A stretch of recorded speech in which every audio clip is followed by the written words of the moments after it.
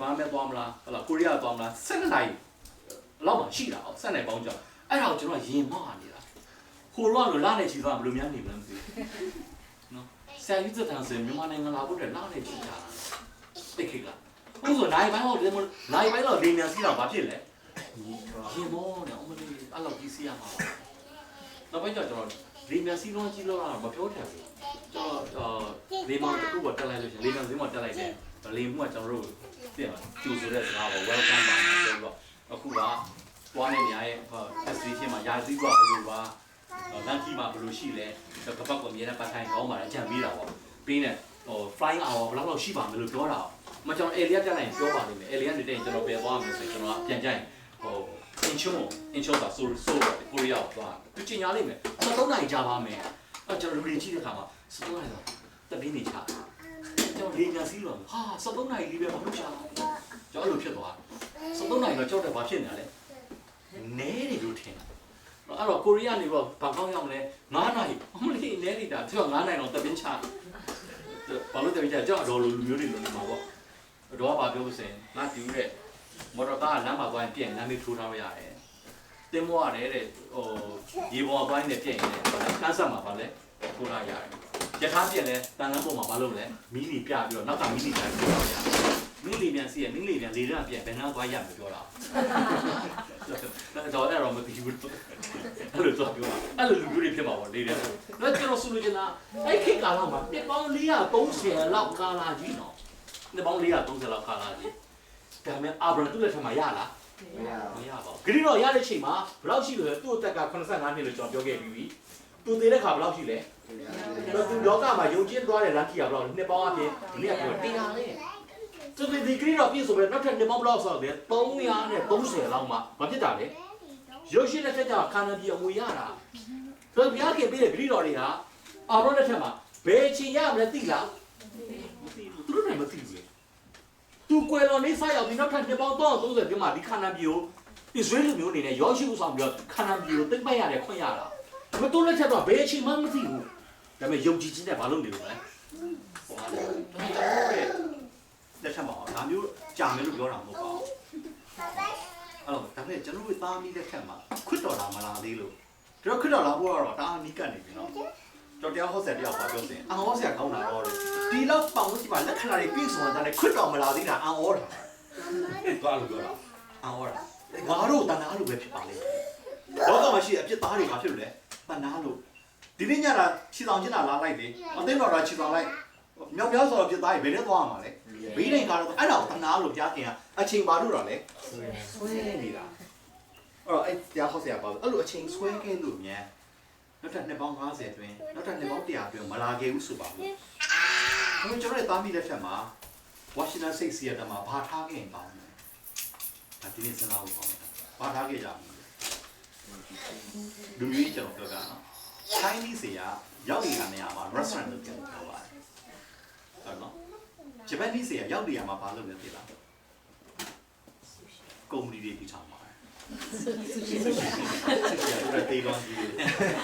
ကုမ္ပဏီစိတ်ကိုလုပ်ပါဟောဒီဆီယတိုဝါရှင်တန်စိတ်မှာဆိုရင်စိတ်ကိုလည်းနေတဲ့စိတ်ကိုမှမဟုတ်လားနော်အဲ့ဒါဘယ်လိုတွေအများစုပိုင်ကုမ္ပဏီအများစုဘယ်လိုသူတွေပိုင်တာပါအဲ့လိုပဲ Korean တွေကဘာလုပ်လဲရောက်နေရမှာသူတို့ဘာလုပ်လဲသိလား Church အသင်းတော်ကြီးချောင်းနေသူတို့မြန်မာနိုင်ငံသားတွေရောက်နေရမှာပါဖြစ်တယ်သိလားကွဲအတင်းတော့ကွဲနေတယ်။ဘာမှမလုပ်စိတ်ညစ်ဆုံးဖြစ်တယ်။ကျွန်တော်ကြားကြုံနေချက်ရှိတယ်။လင်များကွဲတာလုံးဝမကြားကြဘူး။ဒုတိယချက်ကပါစေအတင်းမှကွဲတာလုံးဝမကြားကြဘူး။ကျွန်တော် image မကောင်းဘူး။ကျွန်တော်နိုင်ငံခြားမှာရှိတယ်ကျွန်တော် image မကောင်း။ကျွန်တော် image ဆိုတဲ့နော်ကျွန်တော်ရဲ့မြန်မာတိုင်းသားတွေပုံရိပ်မကောင်းဘူး။ဘာလို့မကောင်းတာလဲ။လူဦးရေစုံလာတော့ခါအတင်းတော့ကွဲလေးကြီး။အဲ့ကျွန်တော်နေရာတနေရာကျွန်တော်ပြောပြတယ်နေရာနာမည်တော့မပြောတော့အဲ့နေရာမှာဘာရောက်လဲချင်းတိုင်းသားရောက်လာတယ်ချင်းလူမျိုးအများစုဆိုတော့เนาะရောက်လာတော့ဟာစီစီယုံနဲ့ပဲသွားနေတော့နောက်ပိုင်းကျတော့ဘာဖြစ်လဲဆိုရင်လူကြီးလည်းပွားလာများလာဟာခါတတ်ဖလန်ငါတတ်နော်စီဒီမာတတ်တောင်ပိုင်းသားတွေတတ်လောက်ကြနေပြီစကားမလို့တောင်းထားလိုက်တော့အဲ့မှာဖလန်နေရာမှာဘာလုပ်လဲဆိုရင်ဟာလာဇာဟော်ရီယာတတ်ဇာညက်ရီယာတတ်တိုင်ရှုံးရတတ်လောက်ကြလေတည်းအဲ့မှာမဟုတ်ဇာဟောင်းထဲမှာဘာလဲ ရွာလိုက်ထပ်ပြောသူတို့ထောက်တယ်ကျွန်တော်စိတ်ညစ်တာအားစိတ်ညစ်တာနောက်တစ်နေ့မှလည်းကျွန်တော်တွေ့ရကချင်တိုင်းဒီမှာကချင်လူမျိုးတွေဆိုခါနေကျွန်တော်ကျန်းစာမှာရှိတဲ့အားတွေလေဟောစင်ဟိုအစ္စရေးပြောက်နေအစ္စရေးလူမျိုးဆိုတာရှိတာတဲ့နော်လူမျိုးတွေဘင်ဂျမင်တွေပြောက်နေလူမျိုးတွေတော်တော်ကြောက်နိုင်ငံမှာရှိလူမျိုးတော်တော်များများငါတို့အဲ့အနွယ်ဖြစ်မလို့ claim လုပ်ကြတာချင်းလူမျိုးလည်းများတယ်ငါတို့ကပြောက်နေတဲ့ဘင်ဂျမင်တွေဖြစ်မယ်ဆိုအစ္စရေးနိုင်ငံသွားတဲ့ချင်းတိုင်းသားတော်တော်များများရှိလာငါတို့ပြောက်နေတဲ့ဘင်ဂျမင်တွေပဲလို့ပြောတာဘာလို့သူအသက်တွေထူလဲဆိုရင်သူတို့ရဲ့ဘာခေါ်လဲရစ်ပူစောတဲ့နီလန်းတွေကအစ္စရေးရစ်ပူစောနီလန်းတူးနေတာ哦အဲ့ဒီချိန်မှာလည်းကချင်ပြည်တယ်ငါတို့လည်းပြုတ်နေအစ္စရေးလူမျိုးဖြစ်နေတယ်ဘာဖြစ်လို့လဲပြောတော့ရှန်ဆိုရဲ့ဖိနာမဲကြည့်သေးတယ်မဟာနော်တဲ့ဒါဆိုကချင်လူမျိုးဖြစ်ရမဟာနော်လို့ပြောအဲ့လို claim လုပ်ကြတယ်အဲ့လိုပဲတကယ်မှကချင်တိုင်းသားတွေကြော်တွေ့တယ်ဝမ်းသာတော့ကချင်တိုင်းသားတွေညားရှိတော့ဝမ်းဒါမဲ့မချင်ဘာဖြစ်လဲသိလားလူနဲ့စုံတော့ဘာလို့လဲချင်းဖွာတတ်ရောဝမ်းတတ်လောက်ကြတော့ကျော်စိတ်ညစ်ဘာလို့စိတ်ညစ်လဲဆိုရင်ဒီနိုင်ငံမှာလာပြီးတော့ဘာလို့ကြာလဲအတိုင်းဝိုင်းကြီးနဲ့အတင်းတော်လို့ဒါဆိုရင်ကျွန်တော်အခုကျွန်တော်မြန်မာနိုင်ငံသားတွေအိမ်မရှိလုံးဝမကောင်းဘူးကြာဟိုနိုင်ငံသားတွေကကျွန်တော်အမြဲတမ်းတကယ်ချင်းတာအမြဲတမ်းပြောလို့ဒီလိုတွေပါကိုယ်လေးကြတော့ပေါ့နေလားကျွန်တော်မကြငင်ရပဲတိတ်မကြပါဘူးဂျော်ဂျီယာဆိုအတလန်တာလေနော်ဟိုလောက်ကြီးလဲပေါ့ပါဒါပေမဲ့ဆီယာတယ်တော့ကြီးပါတယ်လောက်ကြီးတော့မြန်မာနိုင်ငံကလောက်ရှိဘူးလေဆိုတော့ဆီယာတော့sorry ဒီဂျော်ဂျီယာအတလန်တာမြန်မာနိုင်ငံကအလို့မြန်မာတင်းတော့လောက်ရှိတယ်25ပါရှိတယ်25ပါရှိဘာလို့ဒီလဲဆိုရင်အဲ့ဒီအဖွဲ့အစည်းတွေအားလုံးရဲ့နော်အဖွဲ့အစည်းတွေအားလုံးရဲ့ဘာနိုင်မှုကကြောက်တယ်ပဲလေးဖြစ်လို့အဖွဲ့အစည်းအားလုံးသူတို့အနေချင်းလေ Atlanta Christian Fellowship ဆိုတာလို့လုပ်ထားတယ်အဲ့ဒီမှာ25ပါမပါတဲ့တင်းတော်ရှိတယ်ဒါပေမဲ့အတင်းတော်25ပါပါတယ်ပြောတယ်3ပါတော့မပါဘူး3ပါတော့သူတို့ယုံကြည်မတူလို့မပါဘူးပေါ့လေ UBC မပါဘူး Catholic မပါဘူးနောက်တော့ပါလို့ဒီသူက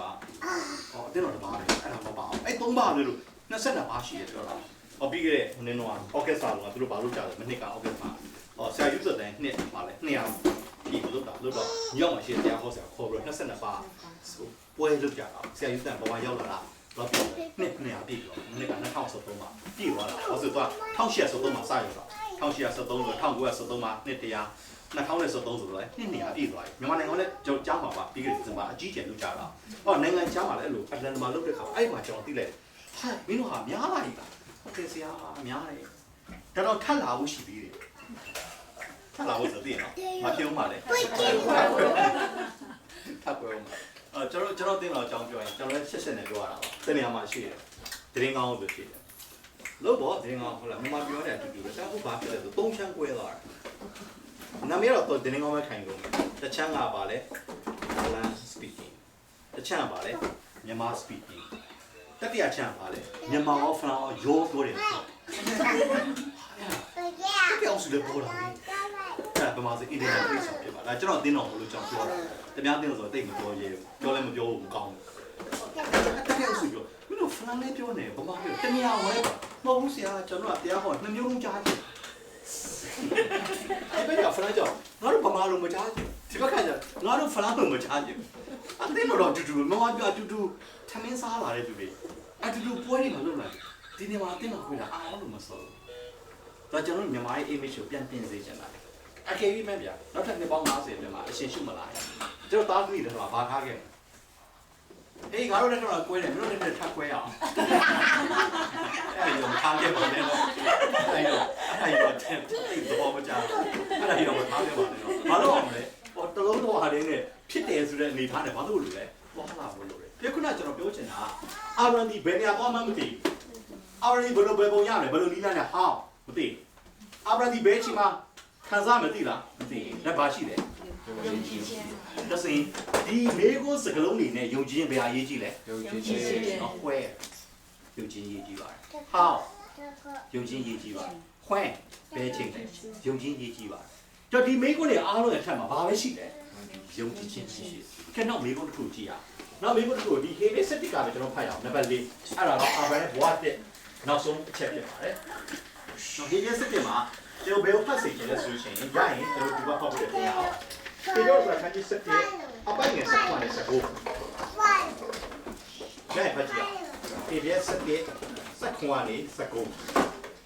အဗြဟံဒီစုံစမ်းတော်မူခြင်းကိုခံရတော့အခါယုံကြည်ခြင်းအဖြစ်ဤဆက်ဆက်ကိုပူဇော်၏ဤဆက်လိုက်တာဒီအမျိုးဒီလိမ့်မည်ဟူသောဗျာဒိတ်တော်မှစ၍ဂတိတော်များကိုခံရတော့သူ၏မိမိ၌တယောက်တည်းသောထိုသားကိုပူဇော်၏သူသောတော့အခါတေချင်းမှထမြောက်စေခြင်းကဘုရားသခင်တတ်နိုင်တော်မူသည်ကိုလူဒီအောက်မေ့၏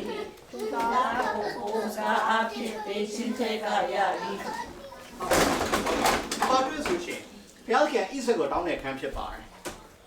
ဒီမှာအကျေတွေ့တော့ဘာတွေ့အောင်ဆိုရင်ကပောက်ကျန်းခန်းကြီးဘယ်တော့မှတွေ့လို့22မှာတွေ့ရတယ်ဒါဆိုရင်ဘာမီးလို့ရှိလဲဘာကြောင့်တောင်းတာလဲဘာမီးလို့ပြော Why my God asking my beloved son ငါချစ်ဆုံးဖြစ်တဲ့သားကိုဘုရားခင်ဘာလို့တောင်းမသိလားမသိဘူးငါတောင်းတော့ဘာလို့လုပ်မလဲပေးဦးမယ်ဒီမှာလည်းမိကိုစွတ်ရမိကိုဖြစ်ပါ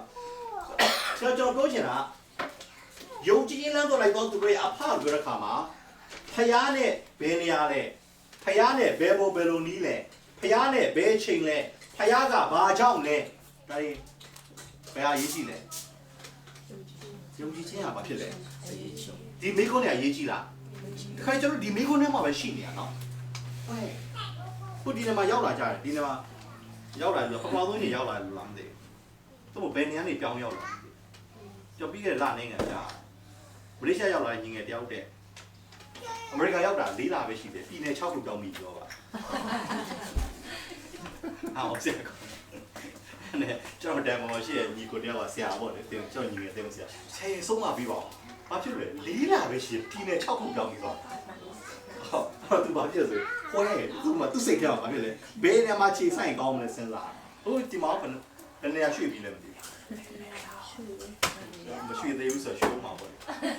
ဖုန်းနဲ့ကိုယ်လုံးရှိဘူးအဲ့တော့ခါလီဘာပြောချင်လဲဆိုရင်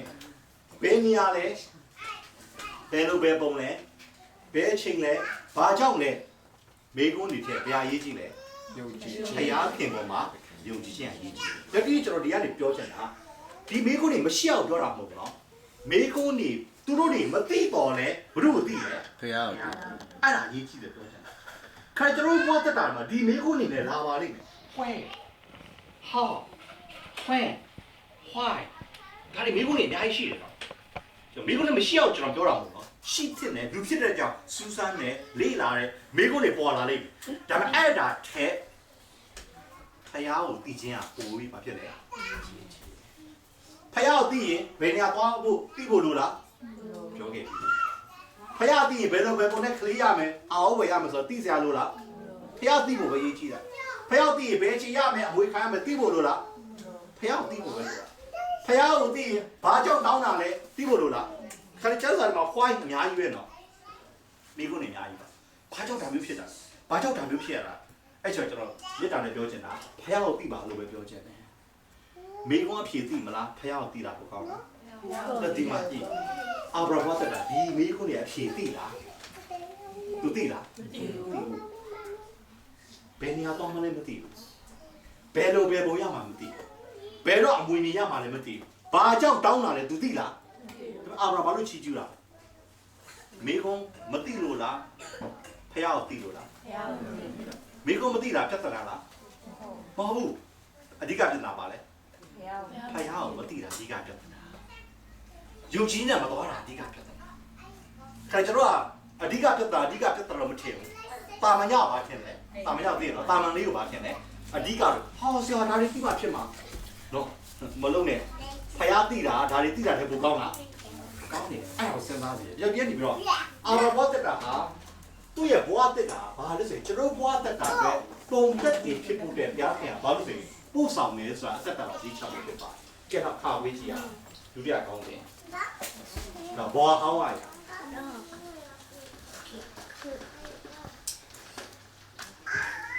သူ့ရဲ့ဘဝဟောင်းရတော့ဟာသူကျွန်တော်တို့ဘုရားခင်ကဘာဖြစ်စေချင်လဲ ရှောင်ရှားဖို့ဖြစ်တယ်သူကဘွားအာဗြဟံယုံကြည်နာမှာလိုက်နေသူလည်းကောင်းပြောဖြစ်ပဲသူအားနေချက်ရှိတယ်သူအားနေချက်ကဘာလဲဆိုလို့ရှိရင်အခုတွေ့ရပါလိမ့်မယ်ကျွန်တော်ပြောတော့သူအားနေချက်ကဘာတွေအားနေတာလဲသူဘုရားရှင်တော့တော်လိုက်တယ်ဒါပေမဲ့လူသားဖြစ်တဲ့ကြောင့်သူ့မှာအားနေတယ်သူ့မှာဘွားဟောင်းရရာတွေပါလာတယ်ဆိုတာကိုအဲ့ဒါကိုဆက်လက်ပြောစဉ်းစားဖို့ဖြစ်ပါတယ်ပထမသူ့ရဲ့ဘွားဟောင်းရရာပါလေနံပါတ်1သူ့ရဲ့ဖခင်တေရဖြစ်ပါတယ်သူ့ဘွားဟောင်းရရာမနေ့ကကျွန်တော်ပြောခဲ့ပါတယ်မနေ့ကပြောတဲ့ဟာတွေနှစ်ချုပ်လေးပြန်ပြောကြည့်အောင်တမန်တော်ဝတ္ထုခန်းကြီး9အပိုက်ငယ်တိကလေးမှာသူ့ကိုဘုရားခင်ကပထမချိန်ခေါ်ပါတယ် first call နောက်ပြီးတော့ကပောင်းကျဲခန်းကြီး7အပိုက်ငယ်တိကနေအပိုက်ငယ်3မှာဘုရားခင်သူ့ကိုဘာလုပ်လဲ second call ဒုတိယချိန်ခေါ်ပါတယ်ဘာလို့ခေါ်ရတာဆိုရင် first call နဲ့ second call ကြားမှာဘယ်သူဥဆောင်နေလို့လဲဆိုရင်သူ့ဖခင်တို့လည်းတေရကဥဆောင်နေလို့ဒါမနေ့ကကျွန်တော်ဒါနဲ့ပတ်သက်တေရှာသင်ခန်းစာယူခဲ့ကြပြီးပါပြီဘာပြောလဲခေါ်တော်မကြီးခန္ဓာဘာလို့လဲအာဗြဟံဘုရားကခေါ်တယ်ခေါ်ခိုင်းတယ်လို့လဲအာဗြဟံဥဆောင်တာဘူးလေတေရဒါကြောင့်ဘာဖြစ်သွားလဲနှောင့်နှေးသွားတယ်ဒါမနေ့ကကျွန်တော်ပြောခဲ့တယ်တေရဆိုတဲ့နာမည်အဓိပ္ပာယ်ကဘာလဲနှောင့်နှေးခြင်း delay လို့ပြောတာအော် delay ဥဆောင်တော့ဘာဖြစ်ကုန်လဲ delay ဖြစ်ကုန်တာနော်နှောင့်နှေးခြင်းဥဆောင်တော့ဘာဖြစ်ကုန်လဲတွေ့လက်ခီမှာနှောင့်နှေးဒါကြတော့သူအဲ့တော့ကျွန်တော်ဘာပြောခဲ့လဲဆိုလို့ရှိရင်ပထမဆုံးကြီးခေါ်တော့ဗမာခေါ်လို့ဆိုဥရမျိုးကခေါ်တာပါ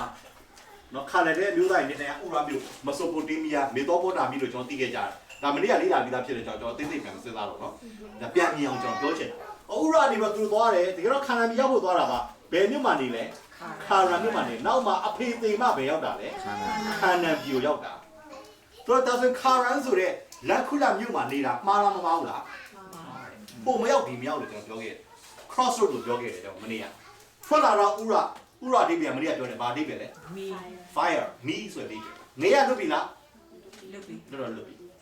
ဒါဘုရားလိုရှိရခါလည်းမရောက်လားဘယ်မှာရှိလဲအခုကျွန်တော်တို့ပြောနေတယ်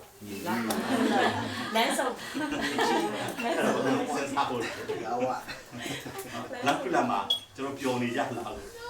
တကယ်တော့ကျွန်တော်မြေကြီးဘွားမြေကြီးကကျွန်တော်ရဲ့ transit ပဲ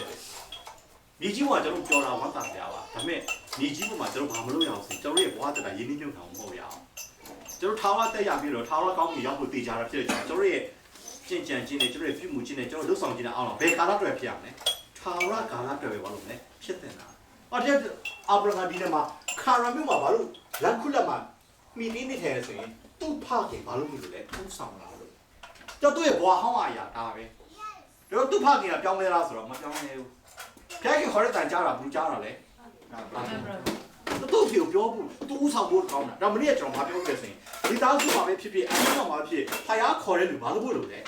ဆောင်ဖို့ဟုတ်ဖယားခေါ်တဲ့လူဆောင်တဲ့ပြောင်းဘာဖြစ်သွားပြီလဲနောက်ပြီးပါဒါကျွန်တော်မိသားစုလည်းဘုရားဘခေါ်တဲ့လူဆောင်နေလားမသိကျွန်တော်တင်းတော်နေပါစဉ်းစားဖို့ဘုရားဘခေါ်ပဲနဲ့ဥဆောင်တဲ့သူကတအားကြောက်စရာကောင်းတာတော့အတင်းတော်နှောက်နှေးဖို့ဖြစ်လာတယ်အတင်းလည်းဘွားတက်တာကိုဝิญญาณမှာရှိကို advance လာတော့ရှင်းစွာရှိပါလားအဲ့ကောင်တိုင်းမြင့်တော့ပုံပေါ်လို့ကောင်းကင်လမ်းကိုကြိုးစားတက်ပြီအဲ့လိုပြောတာသူကအဲ့တချင်သိပ်ပဲကြိုက်ကောင်းကင်လမ်းကိုကြိုးစားတက်လို့မရအဲ့ဒါသူကအင်္ဂလိပ်လေးကိုနားမလဲလို့ဒီကမှာပြောကြ higher ground ဆိုတာယုံကြည်ခြင်းအပြင်ပိုင်းမြင့်တဲ့ဂုံးပေါ်တည့်ရဘာလို့အောင်ပါလဲကျွန်တော်ဝิญญาณကဒါကဒီဘုံကြီးကိုမဟုတ်ရတည့်ရနော်ကျွန်တော်ခရိယတတာကြာလာတဲ့မြာဘာပြရမလဲတိုးတဲ့စင်ပါလေတိုးတဲ့ခလေးလေးလို့ပေါ့ခလေးလေးတွေကမွေးလာစားမှာတီးတီးလေးလေမိခင်တို့တိုက်တယ်အားပြဟာရမှုတွေကျွေးတယ်နွားလူတွေတိုက်တယ်ခလေးဘာဖြစ်လာလဲဒီလိုလဲကြီးတယ်ဒီလိုလဲဘာဖြစ်လဲရက်နဲ့ရှည်ထွက်လာဒီကလေးက10နှစ်လာလဲ3လက်မနဲ့3ပေနဲ့6လက်မနော်နေ့နဲ့10နဲ့3ပေ6လက်မကျင်းတတ်မလားကျင်းတတ်မြတ်ကြီးဆိုချင်းမမဆရာကြီးကြီးဆိုပဲဘာဖြစ်လို့လဲကျမကလေးက9နှစ်မှလဲ3ပေနဲ့6လက်10နှစ်လဲ3ပေနဲ့6လက်နှစ်20လဲအသက်20ပြည့်တဲ့3ချောင်းမှာကြီးစုတော့ပဲဆရာကြီးဂတိလဲအစ်ဝယ်ပေးဆရာမလို့ဘိုးစားလဲအစ်မလို့ချီးမွမ်းမလားကျွန်တော်ပြန်ဖိုင်းလို့ချီးမွမ်းတော့မထင်ဘူးကလေးတော့မဖြစ်သေးလဲ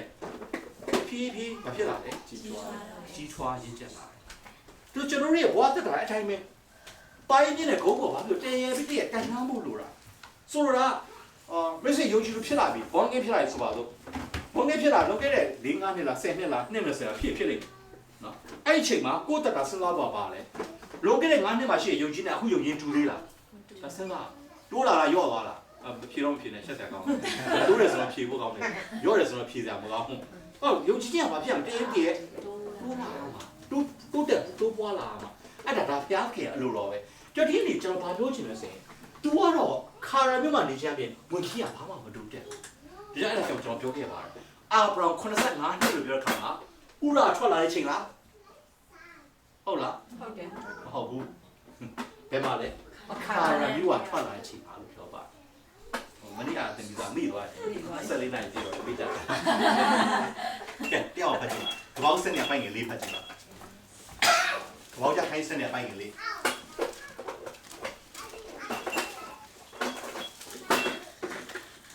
သူထာဝရဘုရားမိန့်တော်မူသည့်တန်အာပြန်ထွက်သွား၍လောတာလည်းလိုက်လေ၏အာပြန်ဒီထာဝရမြို့မှထွက်သွားတော့ကအသက်85နှစ်ရှိ ဘယ်ပြောထွက်တဲ့ချိန်လဲ ထာဝရ ဥရာထွက်တဲ့ချိန်ပြောလား ပြော ဘယ်မှာလဲအဲ့မှာတကယ်ဘယ်ကိုရောက်တော့သွားလဲဘုရားတော်ရှိခန္ဓာပြီးရောက်တော့အတူဘွာဟောင်းကနေခဲ့တဲ့ဘယ်အချိန်မှာထွက်လာလဲမသိဘူးဘယ်တော့ကြာလဲမသိဘူးဒီအချိန်တွေစတင်ထွက်ချင်ခန္ဓာပြီးရောက်မှာဆိုဘုရားသိပြီအဲ့ချိန်မှာစပြီးသူ့ရပြန်ဘာလို့လာလဲအတိမပြုတ်ပြီးမှတ်တမ်းပြင်တာဖြစ်တယ်ဒါဆိုရင်ဘွာဟောင်းရအောင်ဘုရားကြိုက်လို့လားမကြိုက်လို့လားကြိုက်မိစေတက်တာဘယ်လောက်ပဲရှင်နေရှင်ခဲ့အသက်30မှာပြောင်းလဲရဆိုပါလေအသက်30မှာအဲ့အသက်30ဘုရားစိတ်ဝင်စားလားဒီချင်းအစားစိတ်လားဝမ်းနေစားတဲ့ချင်းစိတ်ချို့ဝမ်းနေလာတယ်ငါမပြောင်းလဲချင်းဘုရားစိတ်ဝင်စားလို့ဟိုဇာတိပိတ္တတာဘုရားစိတ်အလိုတော်ထဲမှာမဟုတ်ဘဲနဲ့ဘွားဟောင်းမှာရှိရဘုရားကိုစားအောင်လို့ဒီမှာဘာဖြစ်သွားလဲဆိုရင်တင်ရဆိုတဲ့ဖခင်မိသားစုတိုင်ရောစင်အဲ့မိသားစုတိုင်ရောစင်ဘယ်တော့ကြောက်စရာကောင်းလဲမိသားစုကိုတိုင်ရောစင်ရှိတာမမားနေကြတော့ဘယ်ခွတ်တော့မိမိကလေးမရှိနဲ့ရလာရင်တော့ကျွန်တော်ဘွားတဲ့နံပါတ်1ကဘယ်လိုဖြစ်ရတော့မှာလဲခွတ်တော့ဖျားပဲဖြစ်ရတော့မှာနေများတွေရန်တိုက်ချင်လို့ပြောတာမဟုတ်ဘူးအချစ်ဆုံးဘယ်လိုဖြစ်ရမှာလဲစနီးတယ်မဟုတ်လားမျိုးပြီးတယ်ဒီမွန်တယ်မဟုတ်ဘယ်လိုဖြစ်ရမလဲကျွန်တော် pride ကိုကျွန်တော်ရေးပေးမယ်ကဲနေရောက်ပြောတာပါဘောင်းငယ်ဖြစ်လာရင်နံပါတ်1ဘယ်လိုလဲမရနံပါတ်2ဘယ်လိုလဲမိသားစု family နော် family နံပါတ်3ဘယ်လိုလဲဘာလဲ ministry အသင်းတော် church တာဖြစ်ပါဘာကြောင့်ကျွန်တော်ပြောရတာလဲဆိုရင် ministry ဆိုတာကျွန်တော်အခုတော့ကျွန်တော်ဒီ case ဆိုတော့ church ပေါ့နော်ကျွန်တော် church ဘာကြောင့်ကျွန်တော်ပြောရဆိုရင်ဖခင်က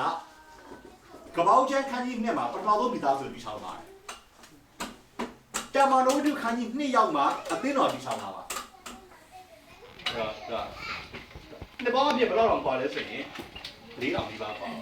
။ဒီကြားမှာပထမ family ပထမမိသားစုနဲ့ပထမဆုံးအသင်းတော်ကနှစ်ပေါင်း၄တောင်ပါ။ဒါဆိုဘုရားက priority ပေးတဲ့ကဘာပေးစေချင်တာလဲ။မိသားစုပေးစေ။မိသားစုအားလုံးကောင်းလဲဖို့တဲ့ကျွန်တော်ဝန်တာဖြစ်ပါတယ်။ပြီးမှ ministry ဆိုတဲ့ church အသင်းတော်မှာကျွန်တော်ပါလို့လှူရှားတာမှာကြောက်ဘာဖြစ်လဲမြန်မာနိုင်ငံကိုမှားတာရှိတယ်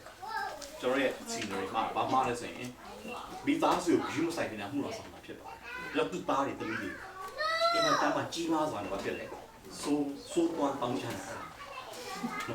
အမေရိကန်ရောက်တော့မပြောတတ်ဘူးကျွန်တော်ကလေးတွေရှိတော့မြန်မာပြည်ရှိမွေးတဲ့ကလေးကပိုလေးမလေးရှားရောက်တော့ဝေးတယ်နည်းနည်းဆိုတော့အမေရိကန်ကျလာလက်ကိုညှောင်းလိုက်ရဘယ်ကမှဟာနဲ့ပတ်သက်တဲ့ညီငယ်တယောက်ကကာလီဖိုးနီးယားမှာရှိတော့ကျွန်တော်သူ့မေးမင်းရောက်တဲ့ကလေးဘာလို့ဆိုးရလဲကွာကျွန်တော်ပြီးတော့ဆရာနဲ့ကျွန်တော်ဟုတ်တော့ပြောတတ်ဘူးတဲ့အမေရိကန်မှာရောက်တော့ကျွန်တော်မိခင်တို့တော့တိုက်တယ်ဒါပေမဲ့နွားလို့အားတိုက်တယ်ဆိုတာဘာလို့တိုက်တော့မကောင်းလားကောင်းတာပေါ့မဟုတ်ဘူးလေနွားလို့ကန်တာတော့စားရလားဘာမှမသိကာလီဖိုးနီးယားမှာရှိတဲ့အဲ့ကျွန်တော်ပါလာဟာရနဲ့ပတ်သက်ပြီးလုပ်နေတဲ့ညီငယ်တယောက်ခရီးညီငယ်တယောက်လို့ပြောတာကျွန်တော်စဉ်းစားကြည့်လို့အမေရိကန်ရောက်တဲ့ခရီးတော့ဆိုးအမေကဟိတ်ဆိုအမေကိုဟိတ်လို့ပြောမှလူတွေဟောကလေးကိုဘုံတင်မဆုံးမနိုင်ဘလို့ဒီကလေးတွေနာကရေးဘလို့လုပ်နေစလားစီတယ်ကျွန်တော်ဆိုလို့ကနာအသင်းတော်ဒီကတော့မပါမပြောဘူးနော်ဘာဒီဟာကြီးတွေမိသားစုလုံးချော့ဖះကိုတိနေလို့လားမလို့အဲ့ဒါကြောင့်ဒီ proud ကိုမလွဲစေချင်ဘုရားနံပါတ်1ပြီးမှပါလဲ မိသားစုနောက်မှပါလေအမှုတော်ဟုတ်အာဗြဟံဘာဖြစ်လဲတိရဥဆောင်ခိုင်းနေဆိုတော့ဘုရားအရေးကြီးတယ်ဖယားထဲသူ့ဖခင်ဘာဖြစ်လဲအရေးကြီးပါတယ်ဒါကြောင့်ဘာဖြစ်လဲနှောင့်နှေးမှုဖြစ်တယ်သူ့ဘဝဟောင်းရပါစေမိသားစုဖခင်ဘာမရကျော်ရှင်ရွှဲနေပတ်သက်ကျမ်းစာပြောပါတယ်ကျမ်းစာကိုကျွန်တော်ရရင်အဲ့တော့အားလုံးဒီကဖတ်စီလေဘာမှဖတ်ရင်ကောင်းတယ်ဆိုလို့ရှိရင်ကပောက်ကျ7:37မှာဒီအကြောင်းတွေ့ရတာ။နော်လူကာ14:26ဖတ်ရအောင်။လူကာခန်းကြီး14အပိုက်ငယ်26ဖတ်ကြည့်ရအောင်။လူကာခန်းကြီး14အပိုက်ငယ်26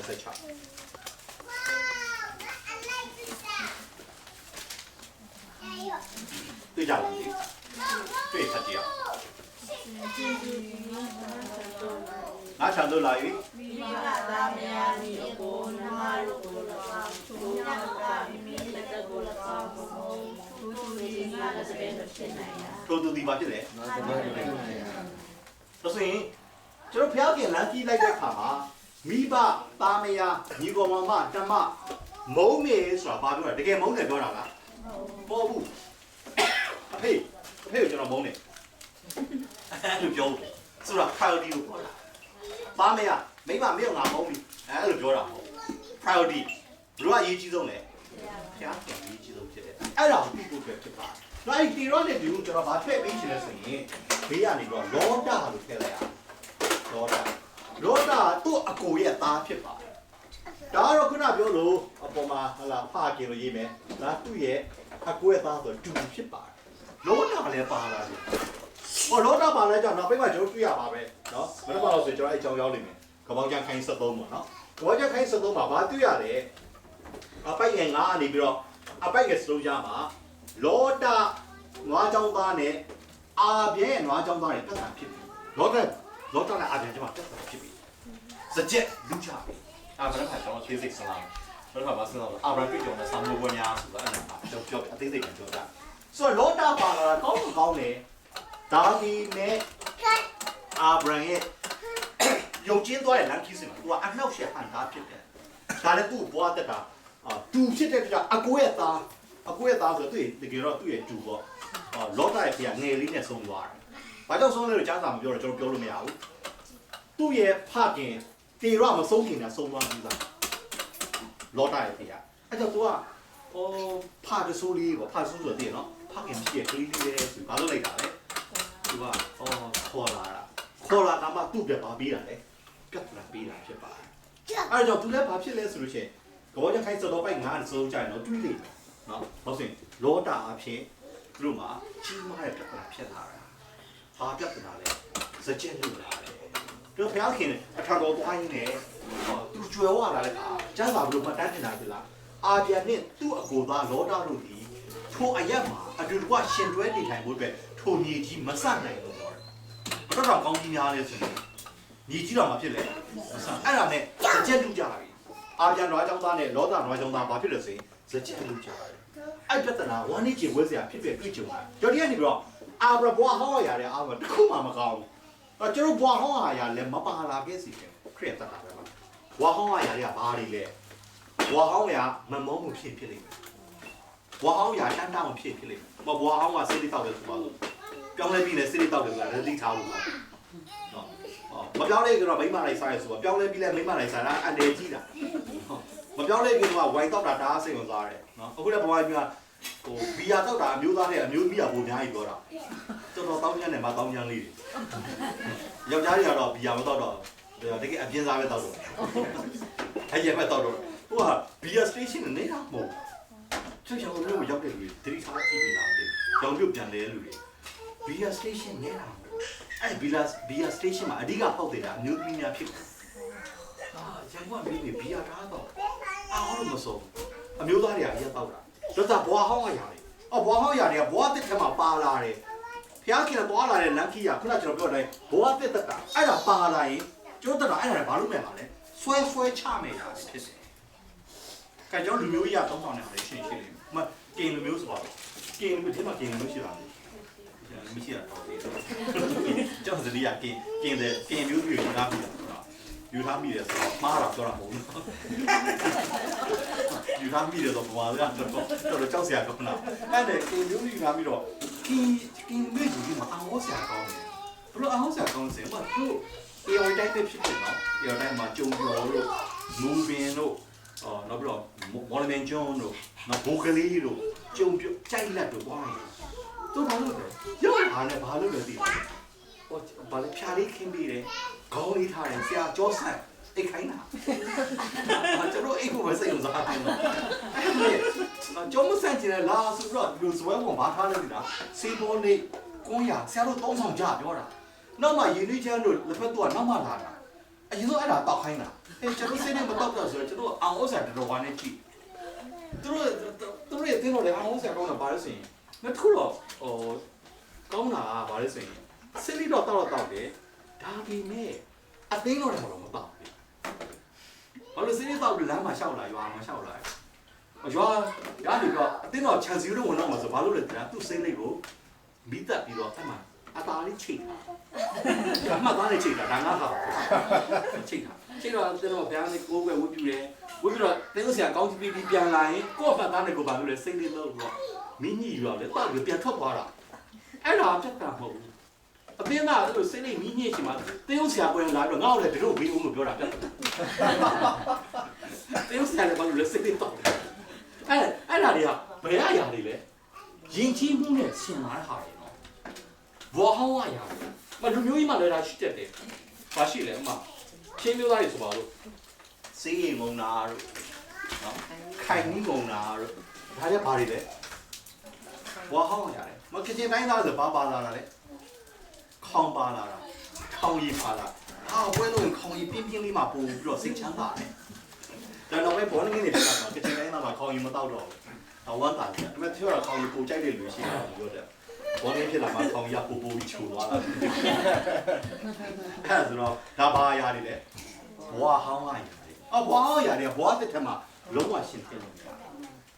အခုကျွန်တော်ဒီနေရာမှာရောက်လာပြီ။အမေရိကန်နိုင်ငံမှာရောက်လာပြီ။ရောက်လာခါမှာကျွန်တော်သွားလာတဲ့စနစ်က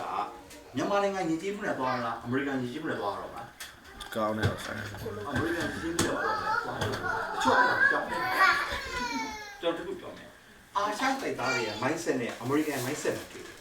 ။အာရှတိုက်သားတွေရဲ့ mindset မှာဗစက်က yes လို့ပြောပေမဲ့ဒီမှာပါလေ။ No ဒီမှာတော့သူတို့ကဗဇက်က yes ဆိုလဲဒီမှာပါလေ yes သူတို့အဲ့လိုမျိုးအဲ့ရင်ချင်းမှု use ချင်တာကျွန်တော်လူမျိုးကဒီမှာ no ဖြစ်ပေမဲ့ဒီမှာပါလေ yes အိမ်တွေသွားလေဆိုပါလို့ကျတော့တော့ထမင်းစားတဲ့ချိန်ကြုံနေတယ်အမေရိကန်ကဟာဆောင်မခုံးတော့ကျွန်တော်လူမျိုးကရင်ချင်းမှုနဲ့ခေါ်လာမခုံးလားဟဲ့လာစားတခါလေစီလာစားဒီမှာတော့စားကြတယ်ဗဇက်ပါပြောလေစားလာခဲ့ခါခေါင်းတော့စားမယ်ခက်တယ်လေအရှင်နဲ့နှခါမဟုတ်ကျွန်တော်ဘယ်စကားပြောတာ yes ဘယ်စကားပြောတာ no ဒီနှလုံးသားကဘာဖြစ်လဲစက်ချင်နေမြင်တယ်ဒါအာရှတိုက်သားတွေကအားနေချက်ပဲဒီနိုင်ငံမှာရောက်လာတဲ့ခါမှာဒီနိုင်ငံရင်ကြီးကိုယူစေချင်တာအဲ့ဒါဒီနိုင်ငံမှာ yes or no မေးရတယ်တအားလွယ်ကျွန်တော်ဗီဇာလျှောက်တဲ့ခါမှာကျွန်တော်အာရှတိုက်သားစိတ်ထက်နဲ့စဉ်းစားတော့ဘာလို့လဲဆိုရင်နောက်ပိုင်းဗီဇာလျှောက်နိုင်လန်းပြီးတော့ဗီဇာလျှောက်ပါလဲသိလားမင်းဒီဟာလားလက်နက်ကင်အကျန်းဖက်အဖွဲ့အစည်းမှာပါဝင်သူဖြစ်ပါသလားလို့ရေးတာရေးတယ်ကျွန်တော်ကမဖြစ်ပါဘူးရေးဖို့ပဲဖြစ်တယ်ဘလို့ဖြစ်တယ်လို့ဘလို့ရေးမလဲဟုတ်တယ်မလားရေးမလားမရေးဘူးတော့အဲ့လိုမျိုးမေးတယ်မေးကွာတားလို့မင်းဒီလက်နက်ကင်အဖွဲ့အစည်းမှာပါတဲ့လူဖြစ်ပါလားအကျန်းဖက် terrorist လို့ပြောတာနောက်ပြီးတော့မင်းက chemical နဲ့ပတ်သက်ပြီးတော့ကောင်းလေးအသုံးချတတ်တဲ့လူတော့ chemical နဲ့လာပြီးတော့ဘုံကျင်းမှလည်းကြောက်တာဘုံဖောင်မှလည်းကြောက်တာအဲ့တော့မင်းကတော့ဟာကျွန်တော်အချက်ထိတာတော့အေးစေးပဲအားလုံး no ဖြေဖို့ပဲအမေရိကန်တွေကဟုတ်တယ်ဆိုမှလို့တာလေဟုတ်တယ်ဆိုတာနောက်တက်မိကောဘာလို့လဲတင်ဒီ nuclear နဲ့ပတ်သက်ပြီး export ဖြစ်ခဲ့ပြီလားဟုတ်တယ်။ nuclear လည်းတော့ကြောက်တာ။ဘာလို့မျိုးဒီမှာ western နဲ့ဖြစ်ဘလို့ဖြစ်လဲ။ chemical သုံးဘူးလားသုံးတယ်ချောင်း။ကျွန်တော်ဆိုသုံးဘူးလားမလုပ်လဲ။သုံးဘူး။ကောင်ဆလာတောင်းနေပြောတက်တန်တဲ့အဲ့ကျွန်တော် second year မှာ chemical technology ယူပြီးတာကျွန်တော် chemical နဲ့ပတ်သက် chemical တော့ weapon လို့ပြောတာ weapon ဆိုတော့ကျွန်တော်နားလေတာဓာတုလက်နက်သုံးဘူးလားမသုံးဘူးရေးတာမကျွန်တော်သူကဘယ်ကနေ file ကောက်လာလဲမသိဘူးကျွန်တော် chemical technology နဲ့ရတဲ့ဗာ diploma ပြရတော့ make chemical သုံးတာဘာလို့လိန်တာလို့ပြောတာဟဲ့ကောင်ဆလာအဲ့ chemical လက်နက်ဆိုတာလက်နက်မဟုတ်ဘူး ဆက်ပြဘယ်လိုလုပ်လဲဟလာအမျိုးသမီးသုံးတဲ့နှခမ်းနေဘယ်လိုအဲ့ဒါတင်တာသူကရည်ပါလေရောဟိုကတော့ကျွန်တော်ရတဲ့ diploma chemical technology တော့သူကနှံ့သွားတာဒီကနေ့ chemical technology ကကြောက်ဗမာပြည်ကလက်နဲ့လုံပြီးသင်ပေးတာမဟုတ်ဘူးနှခမ်းနေဘယ်လိုပေါ်လို့လုပ်ပြီးတော့ private ဘယ်လိုလုပ်အဲ့တော့ခေါင်းဆဲကျွန်တော်တော်တော်လေးအခြေတင်ဖြစ်တာသူကလည်းဘယ်လိုလုပ်သိတယ်မသိဘူးကျွန်တော်ဘယ်လိုမှဘယ်လိုရထားလဲမသိဘူးကျွန်တော်စကိုင်းရမှာအနေလုပ်ထားတာဟုတ် chemical technology တဲ့ diploma ရထားတာအဲ့တော့အဲ့ဒါက chemical technology ဆိုတော့သူကဘယ်လိုထင်လဲဗျာ chemical weapon လို့ထင်တာအဲ့ဒါသူတို့တော်တော်ငင်းရရသေးတယ်နောက်ကလူကဘယ်လိုပြောသွားပြီဒီတင်းဆိုဒီခါတော့သွားပြီအမေကအမေရိကသွားတယ်ဒီတင်းဆိုဒီခါတော့ဘာဖြစ်လဲသွားပြီဒါပေမဲ့ကောင်ဆယ်လာကကျွန်တော်သဘောပေါက်သွားတော့ကြောက်ဗီဇာပေးစီပြီးပြန်ဖြစ်သွားပြန်ဆိုလိုချင်တာသူတို့ဖြည့်တဲ့ဟာလေးကအားအောင်ဟောဆက်အောင်ကျောင်းနိုင်ငံသားတော့ဟုတ်တယ်နော်ဟုတ်တယ်နော်ဘာလို့လိုက်လဲမဟုတ်ဘူးတာအခုကတော့မနေ့ကလည်းတနေ့ကလည်းမသိကျွန်တော် Facebook မှာတရား tag လုပ်တယ်ဟိုကျောင်းနိုင်ငံကဘာလုပ်နေလဲဆိုရင်ねဒီကောင်စင်းကောင်နော်မတ်လ31ကနေ April လဘလောက်ကိုရနေဒီဆက်တော့တဲ့ခါမှာတဲ့အစိုးရဘာကြီးညာဆိုရင်မှန်တာပဲပြောပါဘာမှအရေးမကြီးဘူးအဲ့လိုပြောတာအဲ့နဲ့ Facebook မှာသူဖတ်မိလားမသိဘူးဖတ်ချင်ကျွန်တော် Facebook ထဲသွားလိုက်အဲ့ဒါကလည်းဆွဲတာတော့ဒီကောင်စင်းကောက်တယ်ပေါ့အလုတ်ကိုင်းဘာလုပ်လဲအလုတ်ကိုင်းကပြောရမှာဝင်လေဟာအမှန်တိုင်းပြောတော့ဟောဘာပြောစင်ဟုတ်ကဲ့ကျွန်တော်အမှန်တိုင်းပြောမယ်ကျွန်တော်ကငွေဆက်ကိုလည်းလုပ်ပါတယ်ဗန်လေးတပြားလိုက်တော့ကျွန်တော်ဒီကောက်တယ်ဘာလို့မှမသိဖြစ်သူတကယ်ရေးပြီးတော့လားဆိုတော့ကတ်တော့တယ်သူတို့အစိုးရကိုနည်းနည်း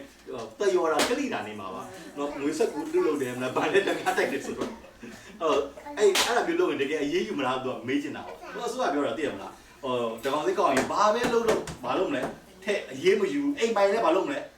အိမ်ပိုင်နဲ့ထဲအခုကျွန်တော်ပြန်မဲ့နေရပါစေဧပြီလဘယ်နေ့မှကြောက်ရမလဲဆိုရင်တွေးနေတာဧပြီ10နဲ့မရဘူးအဲ့ဒီကောင်တင်းနောက်ဆုံးကောက်မနေဖြစ်တာဇီးတယ်ပြောတယ်ဟေးနင့်ကိုလေစိတ်မှာတောင်းကောင်းမှန်မှန်ဖြေတော့ဇီးတယ်လို့ပြောတော့မှန်မှန်ဖြေတော့နင်နောက်ဆုံးနေ့ဘဝယူမဖြစ်တဲ့ကြောင့်နင့်ကိုလေစိတ်နဲ့ဒီကောင်တင်းကောက်တယ်ဘာဒီကောင်တင်းကောက်မယ်လို့ဇီးတယ်အဲ့လိုပြောထားတာမျိုးသားပဲသွားတယ်အမေရိကသွားတယ်ဘာလဲအမေရိကမှာနေတာလားမှုတ်နေတာမဟုတ်တရားသွားဟောတာတရားဟောတာဟုတ်ပြီဘယ်နေ့ရောက်မှလဲသူ့ရဲ့ကျူးစင်ရတော့ Ibra 10နောက်ဆိုလေစိတ်မှာဒီကောင်လေးကောက်မယ်လို့ပြောထားကြိုပြောထားပြီပါကျွန်တော်လေစိတ်မှာဒီကောင်လေးကောက်ခံတော့ဟုတ်ဆိုလိုတာကျွန်တော်ဘွားတက်တာရဲ့ဟောင်းမှာရှိရအားလုံးကကျွန်တော်တို့ကဘာလို့ရမှာလဲရှောင်ရှားမယ်ကဲတော့ဆိုကြည့်အောင်ဒီကောင်စင်ကောက်ဟုတ်ခုနကျွန်တော်တွေ့ခဲ့တဲ့အတိုင်းအာပြရဲ့ဘွားတက်လာရဲ့ဘွားဟောင်းကခုနဟာပြောရင်မိသားစုကိုပြောရအောင်နော်မိသားစုကရောသူ့ရဲ့ဖခင်နဲ့သူ့ရဲ့တူအကြောင်းကိုကျွန်တော်စဉ်းစားခဲ့တယ်ခေါင်းစဉ်ကျွန်တော်ခုနကပြန်ပြောင်းတက်ပြလိုက်မယ်နော်ကော့ကိုပြောင်းတက်လည်းရပါတယ်ကဲတော့နံပါတ်2ကိုကြည့်အောင်နံပါတ်2ကဘာလဲဆိုရင်စနီးတဲ့စပီးတဲ့နဲ့သဘောတူညီချက်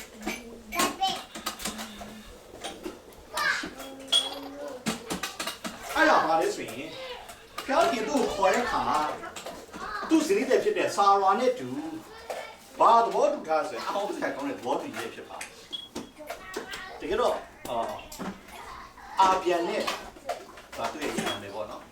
သူစရိတဲ့ဆာရဲဒါတွေ့ရနေတယ်သူတို့သူ့ဖေကနေဖျားခင်ခေါ်တဲ့ခါဟုတ်လားခေါ်လာမှသူတို့နှစ်ယောက်ကြားမှာတိုးတိုးတိတ်တိတ်တိုင်းနေထားတဲ့သဘောတူညီချက်ဒီသဘောတူညီချက်ကဘာလဲဆိုရင်ရောက်ဒီရာရအရက်မှာငါတို့လင်မယားလို့ပြောကြည့်ဘာလို့ပြောလဲမောင်နှမလို့ပြောတယ်အော်ဆရာယုံကြည်နေတော့လိုက်တဲ့သူရောကသူ့ဇနီးပြောဇနီးလို့မခေါ်ရဲဘာလို့ခေါ်လဲညီမမောင်နှမအမအဲ့ဒါကဘာတရားဆိုရင်ကဘောက်ကျန်ကိုင်းနေစေအပိုက်နေစတော့မှတွေ့ရကြရအောင်ဖတ်ကြည့်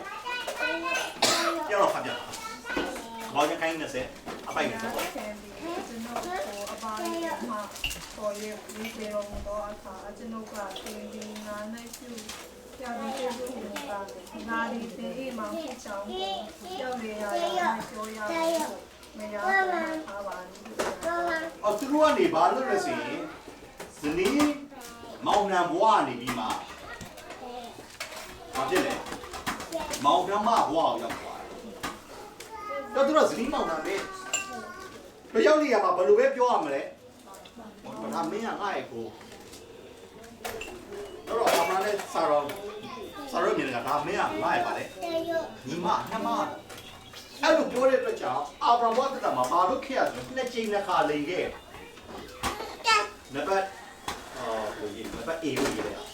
နံပါတ် A နေတဲ့ဘာပြရလဲဆိုလို့ရှိရင်ကပောင်းချမ်းအခန်းကြီး7နဲ့အပိုင်ငယ်30နဲ့20ချားမှာအဲဂုတ်တုပြည်၌တခါနှမဖြစ်ပါလို့လိန်လိုက်ရပေါ်ရပြင်ရှိပါလေအဲဂုတ်ပြည်ပြည်သားရှိပါလေ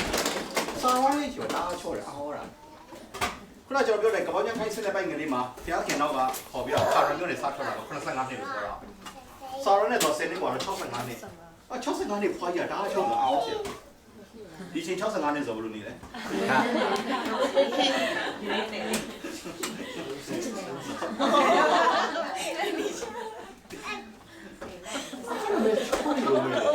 တော့ဒီချောတဲ့ဆိုရင်တာမန်လူပုံဘူးနော်အာပြန်ကညီမပါလို့ပြောကြောင်းဘယ်သူကကောက်လိုက်တာလဲဖာရောဘင်ကိုယ်တိုင်ကကောက်လိုက်တာပေါင်းလို့မပေါင်းသေးဖြစ်ဟုတ်တယ်အဲ့ညမှာဒါကသူတို့မလုပ်လိုက်တယ်အဲ့ဒီဗီဒီယိုအာဗြဟံအတွက်ကြောင့်စာရဲအတွက်ဆုံးမလိုက်တာအဲ့ဒီမှာဘာလို့ဆိုအဲ့လိုမောင်းနှမလို့လေနောက်ဒုတိယချိန်ဘာမှလုပ်ပြန်လဲဆိုလို့ရှိရင်ခုနကကျွန်တော်ပြည့်နေပြီနော်ကပောက်ချမ်းမယ်ဘာမှဖတ်ရရမှာ20အပိုက်ငယ်တိကဆက်ရှင်ခုနစသုံးဖတ်ခဲ့တော့ဘာဖတ်တယ်လို့အဲ့ဒါပါဆိုရင်ဖိလိပ္ပိတိုင်းကြီးနော်ဖိလိပ္ပိတိုင်းကြီးဒီရွာမျိုးအသေးစိတ်ဖိုင်တော့တွေ့ရတယ်။တော့ကောက်ပြန်ပြီးတော့ဖတ်စီချင်။အော်ဒီမှာဘာမြင်တွေ့ရမလဲဆိုလို့ရှိရင်ဖျားခင်နောက်တော့လိုက်နေရင်းနဲ့သူကဘာလို့မိလဲဆိုရင်ဟုတ်လား။နမဘာလို့ပြောရကြဒါမထွက်လာခင်ကအဖေအိမ်ကနေထွက်ခါနီးမှာသူလင်မြန်းတော့ကြမှာဘာလို့လဲတူတူတိတ်တိတ်တိုင်မြင်ထားတာဘလို့တိုင်မြင်တာလဲ။အော်ယောက်ျားရဲ့သွားလျာမှာနင့်အောင်ငါယောက်ျားလို့မခေါ်ဘူး။ဘလို့ခေါ်မလဲအကိုလို့ခေါ်အော်အာဗြဟံနဲ့သူ့မိန်းမပါပြောလဲကောင်းပြီမင်းတို့လည်းရောက်နေရငါဘယ်လိုပဲခေါ်မလဲနှမလိုပဲခေါ်အဲ့လိုမျိုးတိုင်မြင်လာတဲ့ဟာဘာဖြစ်လာလဲဆိုခုနကကျွန်တော်တွေ့ခဲ့တဲ့အတိုင်းနိုင်ငံနှစ်နိုင်ငံမှာဘာဖြစ်လဲဒီမလေးကြည့်ဟိုမှာလဲဖာရောဘင်ကရွေးကောက်တာမကဒီမှာလည်းဘာလို့ဆိုရင်ဂေရာမီကသူ့ရွေးကောက်နေတာအဲ့ဒါဆိုရင်ဆာဝဲရဲ့ချုံမလာပေါ့ကွာအော်ဆရာကောဘယင်းလေးကတော့သဘောကျတယ်ဘယင်းဆိုတာတောင်းတန်မိမသဘောကျပြီပြင်းတယ်နော်အဲ့မျိုးဖြစ်တာဒါပေမဲ့အဲ့ဒါဘာကြောင့်လဲဘွားဟောင်းမှာဖခင်ကထွက်လာတော့တိုင်ပင်ထားရရဒါကျွန်တော်စဉ်းစားတင်တာပါတယ်သိလား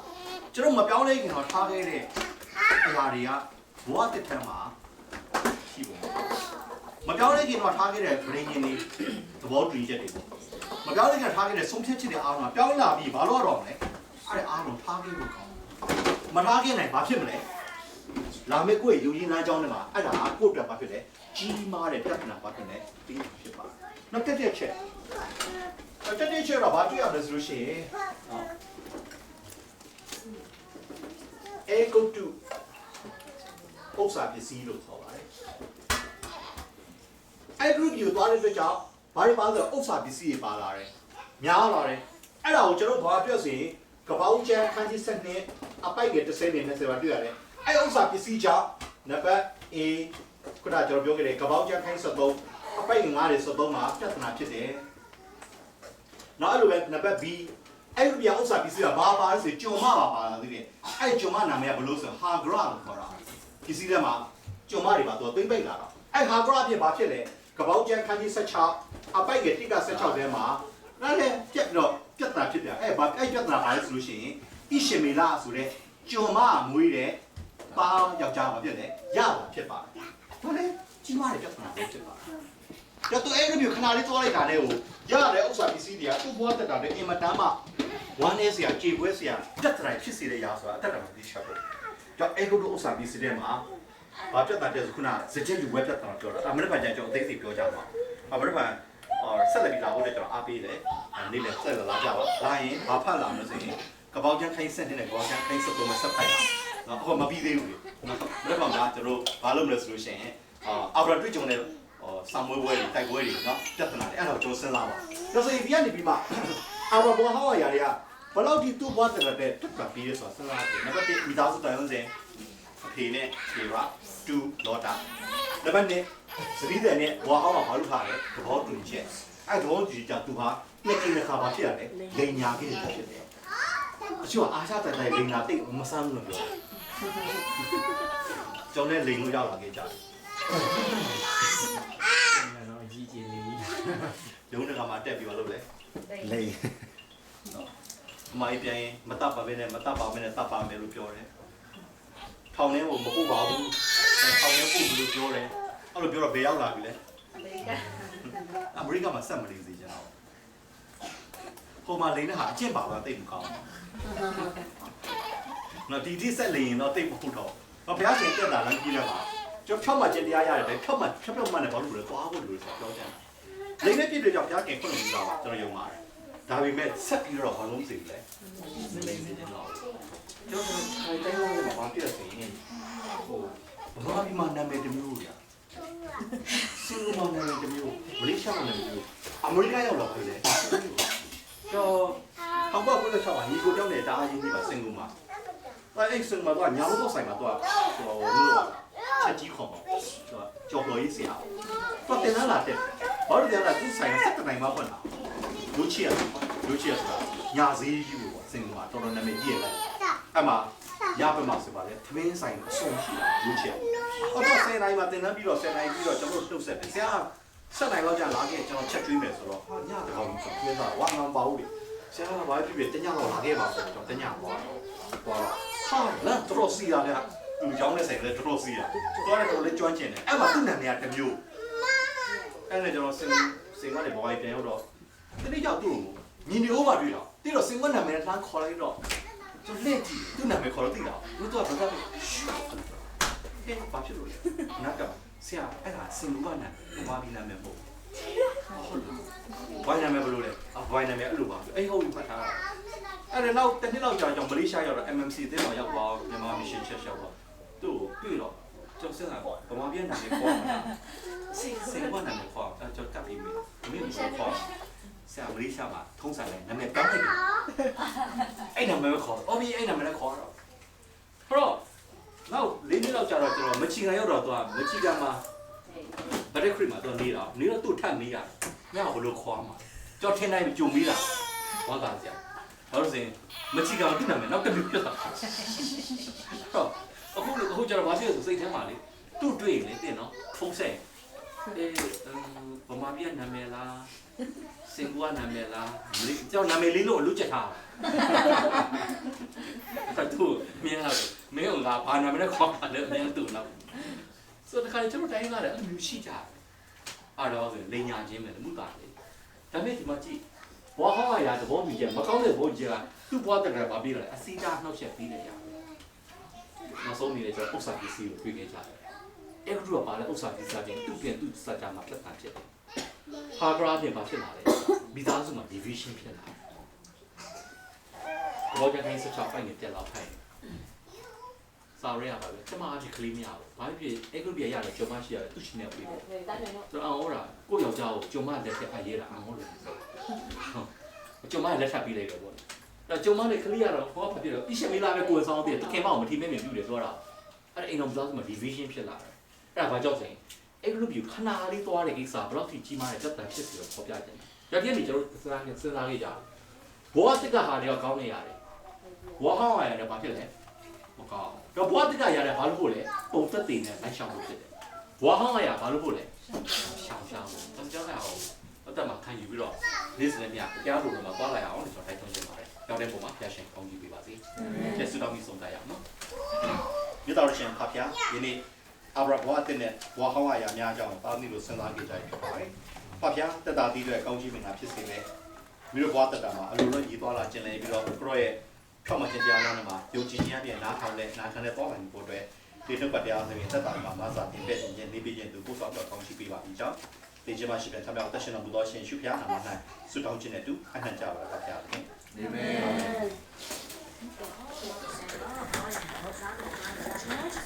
်။